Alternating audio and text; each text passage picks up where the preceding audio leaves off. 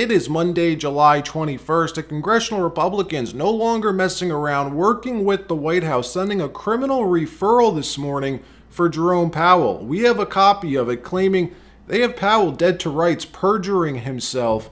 We're going to show you. Also, Treasury Secretary Scott Bessent calling for a review of the entire Federal Reserve. Something big is coming to the Fed, folks. We reported yesterday how the White House would begin going full bore on the Fed starting today, and it's happening like clockwork, and more stories as well from around the country. So last Wednesday, President Trump denied plans to fire Fed Chair Powell, saying, "We're not planning on doing it, but I don't rule out anything. I think it's highly unlikely unless he has to leave for fraud."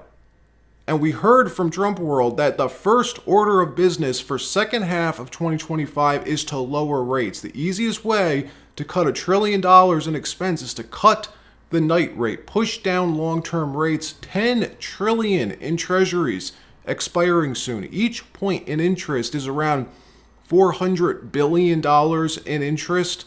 We went into this in detail yesterday in yesterday's broadcast. We said starting today, Powell is objective number one. All hands on deck for this. And what do you know? This morning, Congresswoman Anna Paulina Luna, an awesome member of Congress, one of my favorites, referring Jerome Powell for criminal prosecution for perjury, for lying to Congress under oath. We have a copy of the criminal referral that Luna's office sent Pam Bondi this morning. Here it is, addressed to the Honorable Pam Bondi. "Dear Madam Attorney General, I'm writing to formally refer Fed Chair Jerome Powell to the DOJ for potential criminal investigation and prosecution for perjury pursuant to 18 U.S.C. 1621 and 18 U.S.C. 1001, which govern false statements made under oath and false statements to federal officials respectively." Now, I'm not going to read the entire letter, but the important parts, the juicy parts, like on June 25th, 2025, so 4 weeks ago,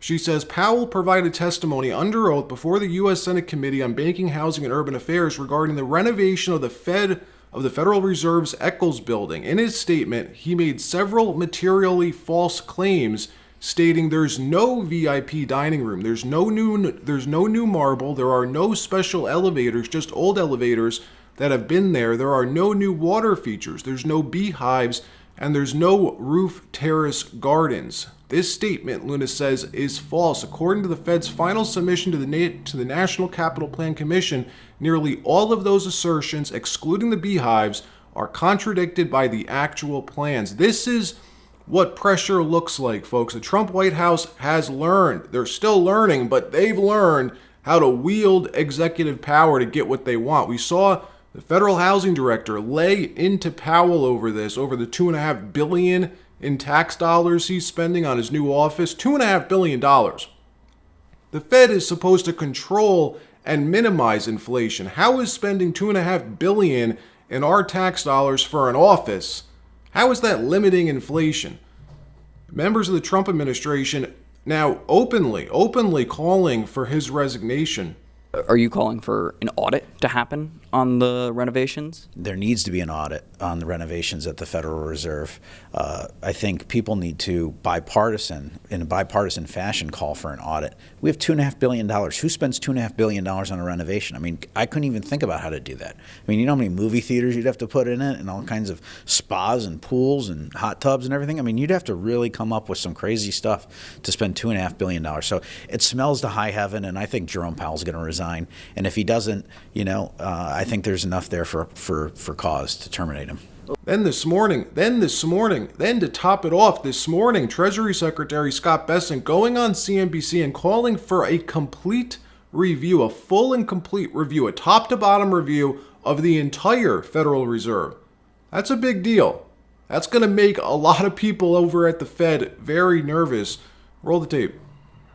Look, Joe, I think that what we need to do is examine the entire Federal Reserve institution and whether they have been successful.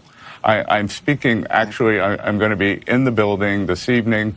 There is a regulatory conference that begins tomorrow. I'm the keynote speaker tonight talking about regulation. The Fed as well. Deals with monetary policy, regulations, financial stability.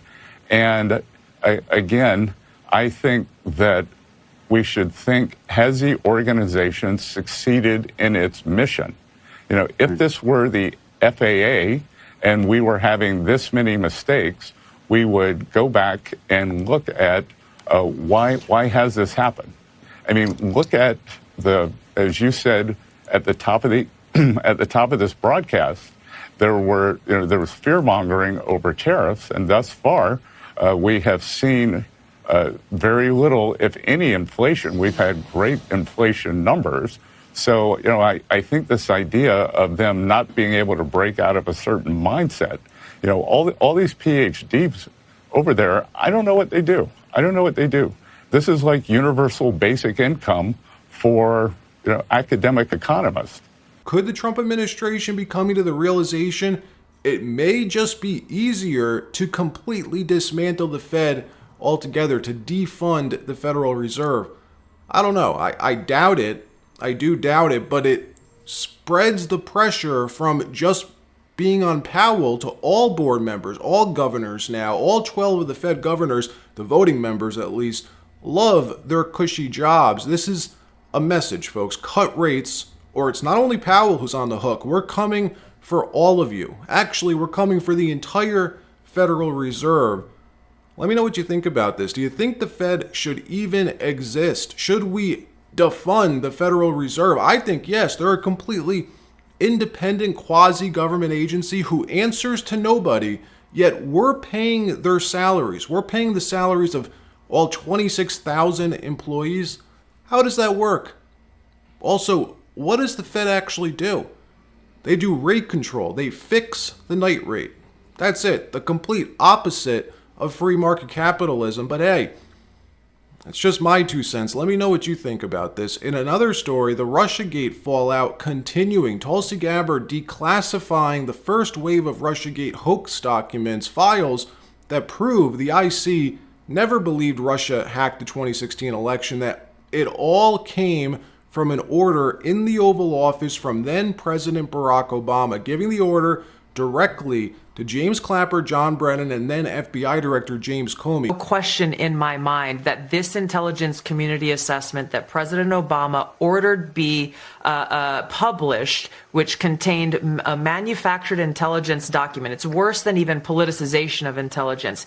It was manufactured intelligence that sought to achieve President Obama and his team's objective, which was undermining President Trump's presidency and subverting the will of the American people. So yes, next week we will be releasing more detailed information about how exactly this took place and the extent to which this information was sought to be hidden from the American people, hidden from officials who would be in a position to do something about it. All three of them are now under criminal investigation by the DOJ. Now, the fallout I mentioned a minute ago spreading, everything we saw from the Wall Street Journal article around Epstein and Trump last week, the alleged Trump birthday letter, the silly letter that they claim exists. Well, guess where that letter came from? Who leaked the letter to the Journal?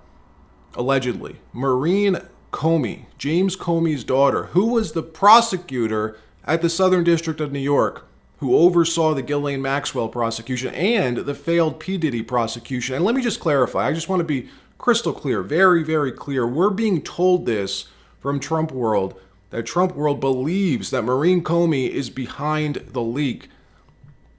I don't think they know for sure, but come on, right? Who else would it be, considering 2 days later Trump fires Comey's daughter? There's a full-fledged deep state war taking place here, folks. It's all happening in the background through subterfuge and leaks to the press, threats of prosecution, declassifications, and reclassification orders.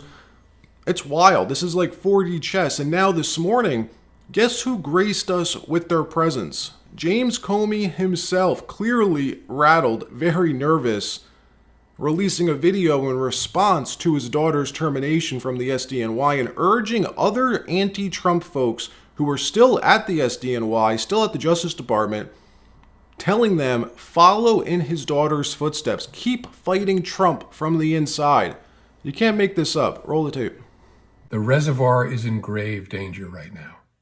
Trump and the hacks who lead the Department of Justice are hammering at the dam day after day, trying to turn it into just another gold leaf-covered Trump subsidiary. Our best hope is that good people will stay and do what Maureen asked. Have the courage to do the right thing always.